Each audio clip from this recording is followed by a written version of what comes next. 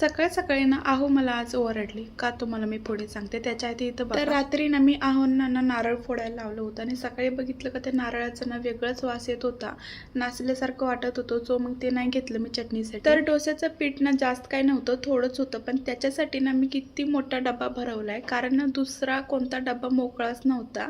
आणि बघा इथंपर्यंत पीठ होता, पण नंतर सकाळी उठून बघितलं तर अर्ध्याच्या थोडं खाली पीठ होतं आणि खूप म्हणजे खूप छान फर्मेट झालं होतं. तर आता मी एवढं सगळं करते तरी पण माझ्या पिल्लूला खायची मॅगी, पण मी त्याला समजून सांगितलं की मी संध्याकाळी तुला करून देते.